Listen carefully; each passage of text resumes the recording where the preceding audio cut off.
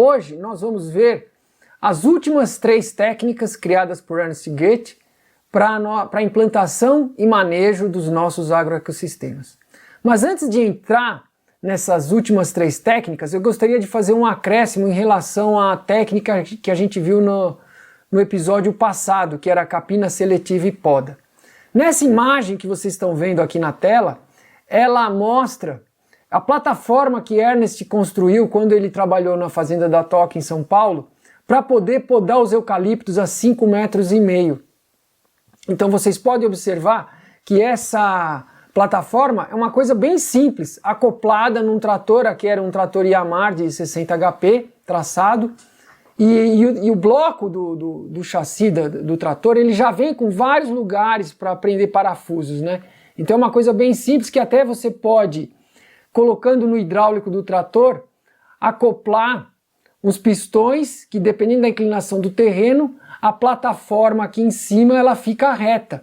Pode ter uma inclinação de 5, 8, 10 graus no terreno e você ajustando com pistões hidráulicos, de um lado apenas da plataforma você consegue subir ou descer um lado e mantém ela plana em cima. Então isso é algo que imediatamente a gente já pode fazer. Você tem um sistema silvopastoril ou tem um sistema de linhas de árvores com capim, por que a gente poda o eucalipto a 5,5 metros? Nós podamos a 5,5 metros porque a gente vai dar a informação de crescimento para as nossas árvores e vai entrar a luz.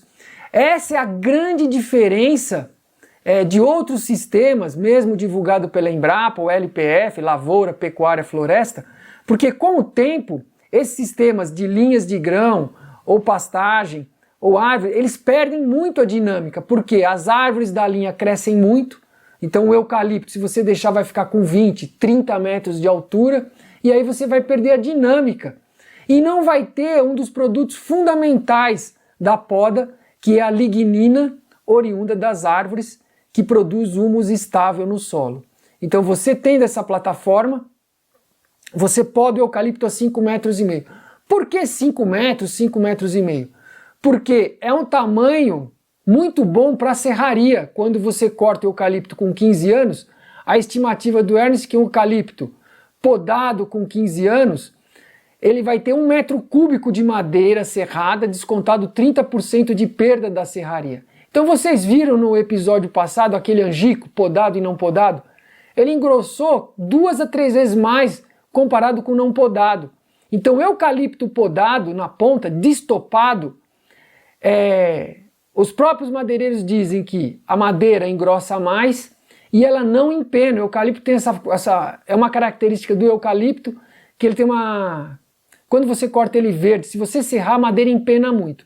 Dessa forma, vai empenar menos e vai aumentar a densidade da madeira, destopando. Agora, precisa ser só eucalipto? Não, tem outras madeiras até melhor que eucalipto. Araribá, mogno africano, paricá, porque o eucalipto ainda ele solta muitos rebrotos laterais na canela dele. O araribá, o mogno não, é só na cabeça. Então Ernest já tem o projeto de uma, que ele chama de McCutter, porque parece o símbolo do McDonald's, assim, seria um U invertido, com pneus de alta flutuação, né, pneus largos para não compactar o campo, e aquela máquina entra destopando o eucalipto e triturando a madeira, tudo isso mecanizado. Assim a gente tem material do eucalipto e o crescimento das árvores de lento crescimento, como o mogno, o araribá, que estão intercalados com o eucalipto. A gente vê aqui, isso era a adaptação lá, né, para triturar esse eucalipto numa máquina acoplada na tomada de potência do trator. Isso basicamente era só um acréscimo que eu quis fazer na técnica sobre poda e capina seletiva. Hoje nós vamos ver a 6ª técnica, e a 7ª e a 8ª.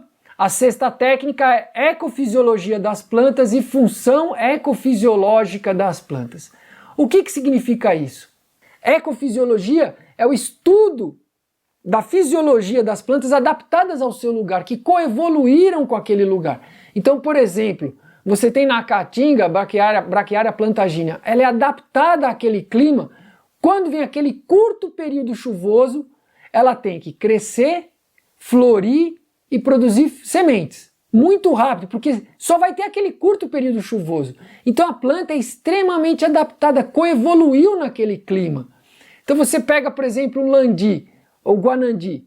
Ele é adaptado, coevoluiu num lugar úmido, embrejado, próximo a córregos, o tempo inteiro úmido.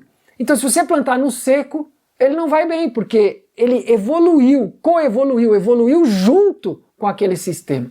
Então a gente tem exemplos bem assim, marcantes, né? Que você tem essas plantas do manguezal. A água é salobra, tem a flutuação da maré e é o tempo inteiro encharcado isso aqui. A flutuação, que em lugares pode variar 5 metros, como na região do Pará, e você vai indo para a Mata Atlântica, mais para os extremos, pode ser menos essa variação, mas as árvores se adaptaram, tem raízes que respiram, porque está o tempo inteiro encharcado, então elas estão completamente adaptadas a esse local. Isso é ecofisiologia das plantas.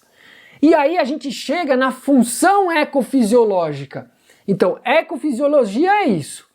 Quando a gente planta as árvores nativas, tem muito mais chance de o nosso sistema crescer rápido, porque as plantas evoluíram naquele sistema, são adaptadas àquele sistema. E aí a gente vai buscar plantas com função ecofisiológica para aquele momento que nós precisamos. Então por que nós estamos plantando eucalipto, plantando gramíneas da savana africana? Porque elas conseguem crescer nesse lugar que eu estou precisando agora. Então você já tem estudos, o Alexandre Sampaio, que é um pesquisador do ICMBio, ele plantou no laboratório uma gramínea nativa do cerrado e um capim africano, um meloso, por exemplo. Falou que em 3 meses o meloso tomou conta do laboratório e a gramínea nativa do cerrado estava devagarinho crescendo. E o que nós precisamos? Nós precisamos gerar biomassa. Então nós buscamos plantas com essa função ecofisiológica capaz de gerar biomassa naquele solo que nós temos. Então nós temos que buscar nos outros biomas essa ponte, porque se aquele bioma não responde mais, perdeu a resiliência, a gente vai atrás de plantas com função ecofisiológica que crescem bem naquele lugar. Nós estamos plantando uma árvore aqui, por exemplo, que ela cresce até em cima de muro. Eilanthus altissima. E a gente quer ver a reação dela aqui. Então nós vamos plantar aqui algaroba, plantamos nim, mas o nim está exigindo uma fertilidade maior. Então nós estamos buscando essas árvores que são valentes, que vão produzir muita biomassa e vão produzir a informação de crescimento para as nossas próximas árvores. A gente tem, por exemplo, aqui no Cerrado, muitas variedades de araçá. Esse aqui é um, conhecido como gabiroba. São plantas que às vezes estão no extrato baixo, mas que crescem nesse solo que às vezes tem 90% de alumínio, sabem lidar. Muitas plantas do Cerrado hiperacumulam alumínio no seu tecido para conseguir crescer nesse solo. Então esse aqui é um outro araçá também, ó. Já é um arbusto, aquele primeiro, esse aqui é uma planta baixa de 50 centímetros, esse aqui já chega a 1,5 metro. E a gente tem esse outro, que poderia até chamar um araçá, mas ele é conhecido como cagaita aqui. Olha a quantidade de frutos, é uma árvore, cresce muito lento no início. Mas olha onde ela está, ela é um sobrevivente. Aqui o cerrado foi destruído, não cresce nem mais pasto nesse lugar. Você tem esses cipós dominando essa área que foi destruída, que foi um cerradão. Colado nessa área nós temos muitos piquis plantados, uma área gigante de piqui, mas que hoje não consegue sustentar nenhuma vaca porque perdeu a resiliência. Mas nesse lugar está aí um sobrevivente mostrando do que é capaz. E no fundo da foto aqui, vocês podem ver, ó, tem um pé de piqui aqui no fundo dela. Então é isso que nós temos que buscar. Essas plantas que crescem bem no nosso lugar, sejam nativas ou sejam exóticas de outro lugar. Então isso faz parte de uma técnica, buscar essas plantas. A gente chega na outra técnica que é sincronizar os plantios, cultivos estabelecidos e a transição para a agricultura sintrópica. As bordas devem ser trabalhadas. A gente vai ver isso. O que significa isso? As bordas devem ser trabalhadas. Muitas vezes o nosso sistema está inserido e no entorno você tem uma mata ou tem uma monocultura de eucalipto, de pinos. Então, Para o lado do nascente, nós temos que fazer uma poda drástica. Eu vou mostrar isso no quadro branco e vai dar para a gente entender melhor. Então, o que significa as bordas devem ser trabalhadas? Pela experiência de Ernst, ele diz o seguinte, que a luz do nascente é fundamental para os nossos cultivos, no início dos nossos agroecossistemas. Então nós temos que fazer uma poda drástica. Então se você tem uma clareira, ou você tem uma borda aqui, essa borda está desincronizado, está em outro tempo de amadurecimento. E o nosso aqui é um bebê, ou seja, está na infância, e aqui está um sistema maduro. Então o que nós fazemos? A gente tem que fazer uma poda em cunha aqui, e aí todo esse material você pode deixar aqui, então a gente faz uma poda aqui, tá certo? E aí você pode plantar aqui banana prata, gengibre, essas plantas que são muitas vezes endobiontes, que são extrato médio, extrato baixo, crescem dentro da mata. E aí esse material a gente deposita aqui, ou podemos colocar aqui no nosso campo, e esse rebrote agora vai o quê? É informação de crescimento para o nosso sistema.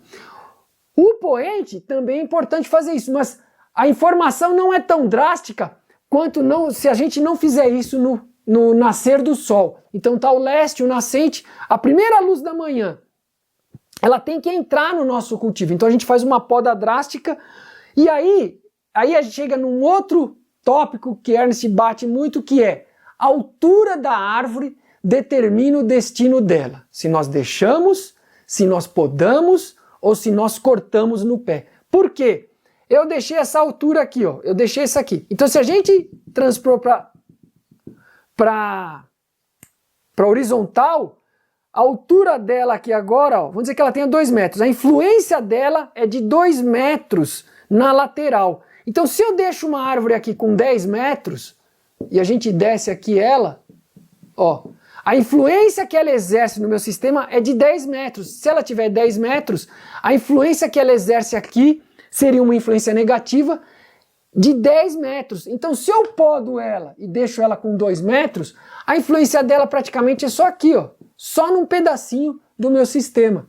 Então, aí que eu faço a cunha, por quê? Porque essa árvore do final, se ela tem 5 metros, a influência dela ela vai exercer dentro do sistema secundário aqui, do sistema que não foi derrubado, não vai atingir a minha agrofloresta. Então a altura da árvore determina o destino.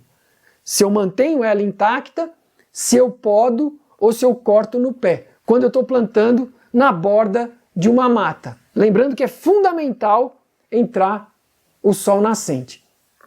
E a gente chega nessa mesma técnica, nessa parte que é sincronizar os plantios. Então, vou mostrar uma imagem aqui no computador. Esse exemplo que nós vamos dar de sincronizar os plantios. Essa foi uma consultoria que Ernst deu para uma empresa que fabrica produtos à base de coco. Então é leite de coco, coco ralado desidratado. É uma empresa muito grande no Nordeste. Uma das fazendas tinha 10 mil hectares. Ela tem fazendas no Ceará, Piauí, no Espírito Santo. Então, qual era o problema que eles estavam enfrentando? O coco era plantado no espaçamento 9 por 9, uma monocultura de coco. Então vocês veem aqui que é muito grande, ó, 9 metros desse coco para esse, e na linha 9 metros também desse coco para o de trás aqui. Então praticamente 9 por 9 caberia pouco mais de 100 coqueiros por hectare, né? Aí o que acontece? Eles a cada 2 anos eles estavam tendo um problema que o coco parava de produzir. Então eles tinham que gradear toda a área e o coco voltava a produzir. O que Ernst viu? Que essas ervas aqui, basicamente 2 que tinha aqui nas linhas do coco, uma era um capim salsa, e ele florescia a cada 2 anos. Então isso era uma informação, olha a força que tem as ervas de frear a frutificação do coco. Então esse amadurecimento do sistema transmitiu uma informação de senescência para os coqueiros, e eles paravam de produzir. Então a capina seletiva é algo realmente fundamental.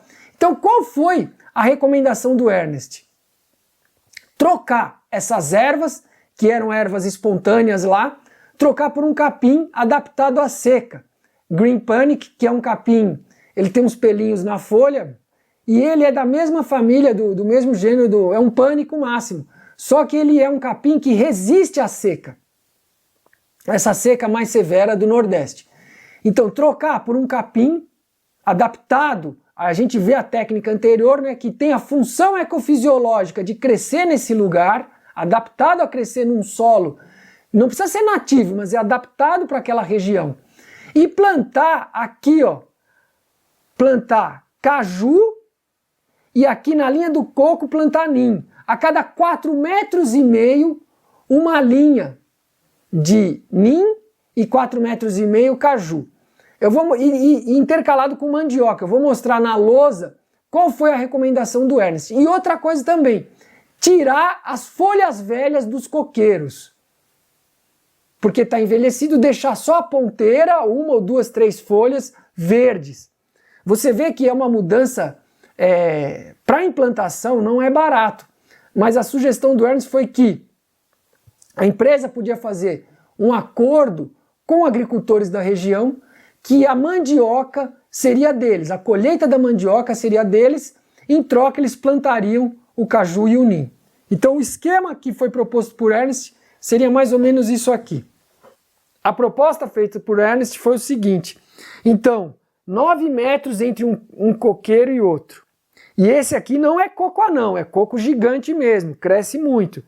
Então, porque não daria, se fosse coco anão, a gente não pode plantar caju, porque o coco é emergente e o coco anão ficaria menor que o caju, que é extrato alto. Então o coco como emergente, o coco nativo, não o mutante, que é o coco anão, o coco emergente mesmo, com mais de 10 metros de altura, ele vai ficar acima do caju. Então aqui se plantaria caju, a cada 4,5 metros uma linha de caju, intercalando com mandioca de metro em metro, a cada metro uma mandioca. Aqui o capim, se trocou o capim, plantou o Green Pânico, e aqui o ninho, nessa mesma linha do coqueiro de 4,5 metros em 4,5 metros, é caju, ninho, caju, ninho. E na linha aqui agora, mandioca de metro em metro, intercalando com o ninho, e o ninho poderia ser uma árvore papoda, para fornecer lignina. O caju, se quisesse podar, também poderia ser podado, mas o caju, ele vai dar outros produtos, que é o fruto e a castanha. Então deixaria de ser uma monocultura de coco. Produziria, não teria mais o intervalo de ausência de produção a cada 2 anos, e acredito que até aumentaria a produção de coco, porque você teria agora a biomassa do ninho, a biomassa do capim, e você teria a produção ainda de caju, o fruto e a castanha. Então você vê a diferença. Ah, agora isso aqui seria o final? Não, isso é o começo para um sistema mais sustentável do que uma monocultura de coco. Já um sistema estratificado, com emergentes, com altos e baixos. Faltou o extrato médio, mas a gente poderia acoplar o extrato médio. Só que tem um detalhe, cada vez que a gente complexifica o sistema, aumenta a mão de obra. Isso seria o ideal nós fazermos numa agricultura familiar, um sistema desse, que a empresa faria o quê? Ela poderia pegar a terra dela, entregar para os agricultores familiares e dizer o seguinte: nós damos assistência técnica para vocês produzirem o melhor coco do mundo. E vocês só têm a obrigação de nos vender esse coco. E, em troca, vocês vão produzir o que vocês quiserem nos estratos baixos. Vocês já imaginaram a revolução que seria na produção de coco?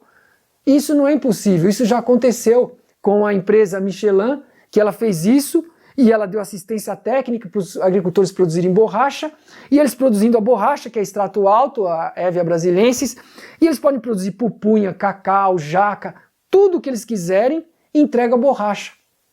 Então seria uma revolução na agricultura. Você mantém a larga escala, só que ao invés de ter um proprietário, uma empresa, dono de 10 mil hectares, a gente poderia ter 5 mil famílias cuidando de 2 hectares cada uma, que venderiam coco para a empresa e produziriam caju, produziriam ninho, produziriam mandioca, produziriam graviola, banana maçã, o que fosse nas terras do Nordeste, tem muitas terras férteis, seria essa revolução. Hoje a gente vive num mundo que nós compartilhamos o nosso carro pelo Uber, compartilhamos nossa casa pelo Airbnb. Por que a gente não pode compartilhar a terra?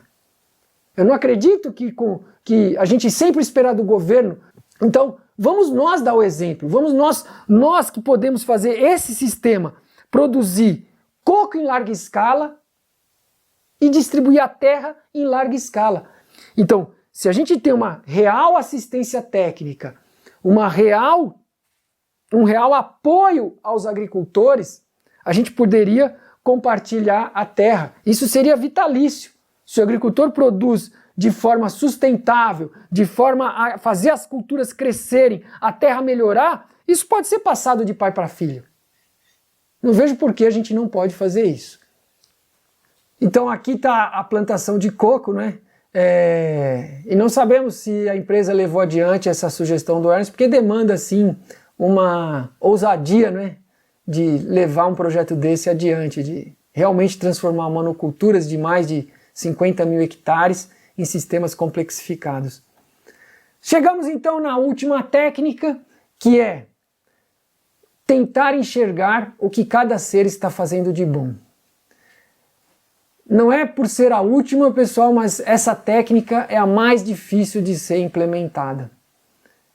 E por que é a mais difícil? Porque nós temos insetos, fungos, bactérias, que muitas vezes, na maior parte dos casos, quase 100% dos casos, são vistos como nossos inimigos. E por que são vistos como nossos inimigos, esse mundo invisível? Talvez porque o primeiro contato que nós tivemos com esse mundo, a civilização humana teve, foi na Idade Medieval, com a lepra, com as pestes, com as doenças venéreas. E isso levou muito tempo para existir uma certa intuição de que esse mundo invisível, que ele acompanha o ser humano para onde for. Então, e Pasteur, no século antepassado, descobriu que os micróbios eram os causadores da febre aftosa, da podridão da vinha. Então sempre foi uma relação, desde o início, de confronto com o microcosmos, né? E isso, hoje, depois de muitos séculos, que começa a ser mudado lentamente. E a gente está no meio de uma pandemia sendo causada por um vírus, né, o Covid-19. Então você vê que é muito difícil nós, seres humanos, conseguir fazer essa transição para tentar enxergar o que cada ser está fazendo de bom. Tentar enxergar cada ser que nós encontramos no nosso agroecossistema como um mensageiro. Então a gente encontra uma mancha, encontra as formigas cortando. Isso é muito difícil, porque isso vai direto no nosso lucro, naquilo que nós vamos vender. Então a gente vê as formigas cortando nosso plantio, não, um prejuízo imenso. E aí a gente lança a mão de venenos para tentar parar. E os venenos acabam complicando, porque além de matar a formiga, além de matar aquele fungo, ele mata todos. Então você tem o exemplo do Celso Tomita, pesquisador aí, PhD em fitopatologia. Ele consegue reverter aí monoculturas assim, 500 hectares plantando cenoura. Os agricultores jogando veneno, quando ele viu uma manchinha ali, deu uma podridão ali, ele pulverizava os 500 hectares com fungicida. O que aconteceu, isso foi num trabalho que o Tomita fez no Cinturão Verde, ali em São Gotardo, em Minas. Muitos agricultores produzindo 700 hectares de beterraba, 500 hectares de cenoura. Chegou a um ponto que eles não conseguiam plantar mais nada, apodrecia tudo. Por quê? Quando jogava o fungicida, matava o fungo que estava causando aquela doença, mas matava todos os fungos benéficos. Então, muito mais que matar, nós temos que restabelecer a flora benéfica, seja os fungos benéficos no nosso sistema e no nosso próprio intestino. Eu tenho um exemplo mesmo aqui, de casa mesmo, que no meu último filho que nasceu, quando ele começou a comer, ele tinha muitos problemas de ressecamento. A gente dava aveia, verduras, e ele ficava com as fezes muito duras. E sempre indo com a gente para o campo. Um dia, e ele era bem pequeno ainda, né, engatinhava ainda, Um dia ele comeu terra na horta, a gente viu a boca dele tudo suja de terra. No dia seguinte ele não teve mais problemas de ressecamento, de prisão de ventre, nada disso. A minha conclusão foi que ele encontrou as bactérias benéficas para melhorar o intestino dele, né? E isso os agricultores estão vendo hoje. Tem grandes agricultores que não estão pulverizando mais fungicida. Um trabalho que o Tomita fez com feijão, os agricultores aplicavam fungicida até 9 pulverizações, quando é irrigado até 14 pulverizações de venenos. E aí você mata tudo. E aí ele fazendo o levantamento da porcentagem de fungos e bactérias que se tornam nocivos, não são nocivos, se tornam, porque a gente destrói a biocenose do solo, correspondia a 0,06%. Então a gente focava em matar 0,06% e os 99, quase 9% dos benéficos morriam juntos. Então era completamente um tiro no pé que o agricultor dava. Ele matava os 0,06% e matava os outros 99% dos fungos e bactérias benéficos no solo. E como ele reequilibrou isso? Basicamente fazendo bocashi, que é um insumo rico em micro-organismos, usando farinha de peixe, farinha de sangue, farelos, aplicando 400 kg por hectare no início, e orientou o agricultor o seguinte: não, se deu uma doença só naquele lugar, então seria essa agricultura integrada, só naquela reboleira você aplica o agrotóxico, não vai aplicar em 100% da área. Então, para a gente ver a importância que é manter a biocenose do solo. E nós estamos assim, diria, se a gente olhar só o Brasil, né, só o que o Brasil consegue fazer com isso, nós estamos mais de 60 anos atrasados, porque em 1960 a Primavera produziu um filme, um desenho animado, isso está na internet, você acha, 1960 e pouco, explicando o que os fungos e bactérias faziam no solo, a importância da gente manter os fungos e bactérias benéficos no solo, essa biocenose, a comunidade de micro-organismos benéficas no solo. E qual é o passo? Como que a gente faz então para tentar enxergar o que cada ser está fazendo de bom? Bom, pela minha experiência, eu acho que a gente tem que abrir espaço na mente. Se a gente não abrir espaço na nossa mente para olhar isso, a gente sempre vai ter aquela reatividade instantânea. Opa, aqui tem a formiga. Eu vou lá, compro a isca, ponho no olheiro, resolvi o problema. Não, resolvi não. Eu adiei o problema. O problema ele continua ali. Porque eu posso matar as formigas, mas eu contaminei o lençol freático com um veneno químico. Ah, vou usar uma isca orgânica. Podemos usar. Se você conseguir achar uma isca que funcione, use. Mas eu acho que esse caminho a gente não abre espaço na mente. Abrir espaço na mente é você parar e refletir. Onde eu errei? Onde foi que eu errei que as formigas chegaram aqui no meu lugar? Onde foi que eu errei que deu essa virose no meu tomateiro? Então você começar a tentar pesquisar, vendo tudo que nós vimos, vendo a teoria da trofobiose, pesquisa a teoria da trofobiose, aminoácidos livres na seiva, isso está disponível na internet, e aí você começa a entender como é que eu não deixo formar aminoácidos livres na seiva das minhas plantas.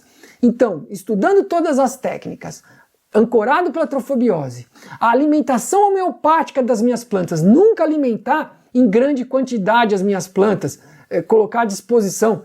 Tem um trabalho bem interessante que eu vi há muitos anos atrás. Eles tiveram 2 grupos de macacos résios. Um macaco, eles davam metade da necessidade diária de alimentação. E a outra, eles deixavam comer à vontade. Depois de 20 anos, aqueles macacos que comiam à vontade, eles estavam com diabetes, pressão alta, e aqueles que recebiam metade do que eles necessitavam comer, eles pareciam jovens, tinham um aspecto jovial, eles estavam magros, mas eles não tinham nenhuma doença que herdaram de comer muito. Eu acho que isso vale não só para os animais, mas para as plantas também. Então, a gente viu no episódio anterior, da gerar biomassa, a importância da planta ter um nutriente, mas em pouquíssima quantidade disponível, mas sempre ter disponível. A gente consegue isso com a degradação da matéria orgânica. Então, é fundamental isso, a gente não existe uma cláusula pétrea. Não, é proibido jogar veneno. Só o agricultor vai saber isso. Porque o produto da agricultura é o sustento dele. Então não tem como a gente falar, não, você não pode pôr veneno. Não, você vai lançar a mão do instrumento que você tem naquele momento para você resolver o seu problema, mas ao mesmo tempo você não pode ficar preso só a isso. Você busca no seu campo uma área e naquele campo ele serve de experimentação para você ver quando as formigas pararam de cortar, quando não teve mais o ataque de bactéria, sem lançar a mão de venenos, sem lançar a mão de insumos químicos. E aí você vai abrir espaço na sua mente para refletir sobre aquele problema e achar caminhos. Eu não tenho dúvida que a gente vai achar caminhos. Para dar um exemplo, para a gente encerrar aqui, a comparação feita pelo professor Carlos Nobre, recentemente ele publicou esse trabalho, na Amazônia, comparando o açaí com a soja. A gente pode ver que só no Pará o açaí gera 4 bilhões de receita por ano, comparado com a soja, que é 1,5 bilhão. O açaí usa 140 mil hectares, a soja 350 mil hectares. Se a gente divide a receita pela área, o açaí dá R$28 mil por hectare, comparado com a soja, que é 4.200. Então, e se a gente imagina que não é só açaí, que a gente pode ter cacau, castanha, bacuri, pajurá, cajá, centenas de fruteiras, madeiras de lei sendo produzidas junto com o açaí. Então essa produção de açaí beneficia 300 mil pessoas. Não tem nem comparação com o número de pessoas que podem ser beneficiadas com pecuária ou soja. É muito maior o número de pessoas beneficiadas quando a gente tem esses sistemas complexos e quando a gente usa a riqueza que nós temos.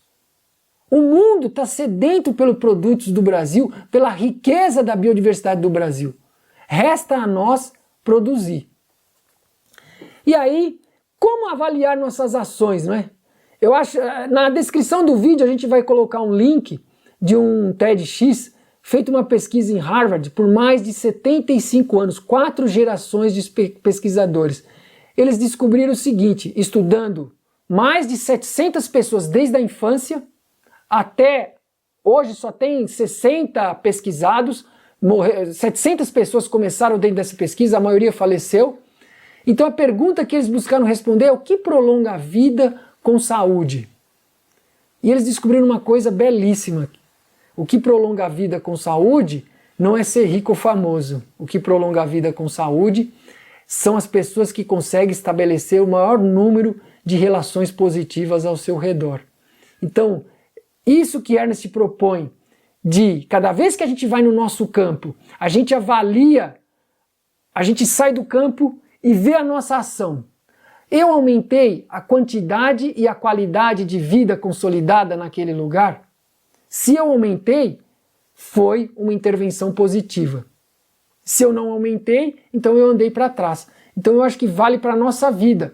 Estabelecer essa relação positiva com a terra, eu aumentar a fertilidade, eu aumentar a vida naquele lugar, e nós temos que passar desapercebidos pelo planeta. Qual a melhor forma de passar desapercebido? É restaurar a riqueza do planeta Terra. A única maneira de fazer isso é restaurar nossas florestas e seguir o fluxo da natureza, né? Fazer a vida prosperar.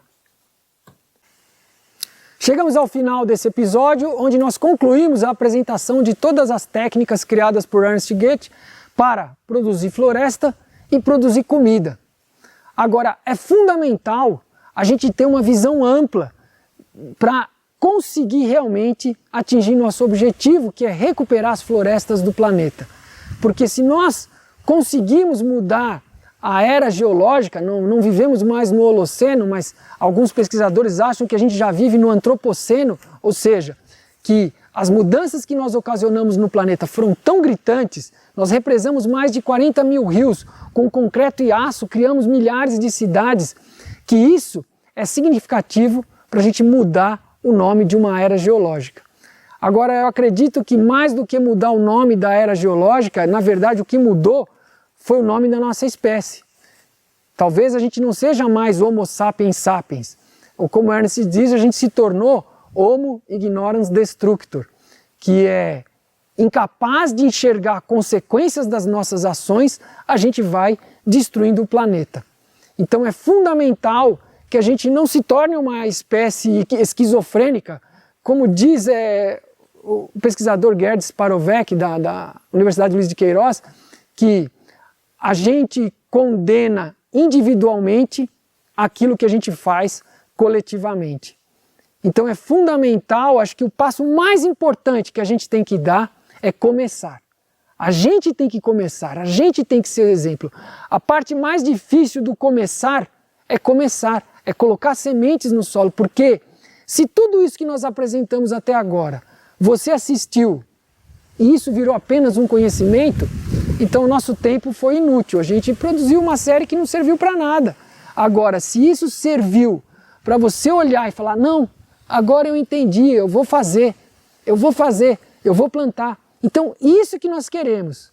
Nós queremos ser útil, nós queremos cumprir a nossa função, nossa missão como espécie no planeta, fazer parte de um sistema inteligente, fazer parte de um todo. A gente é uma célula nesse macro-organismo chamado Terra. Aí sim a gente pode dizer que nós cumprimos a nossa função.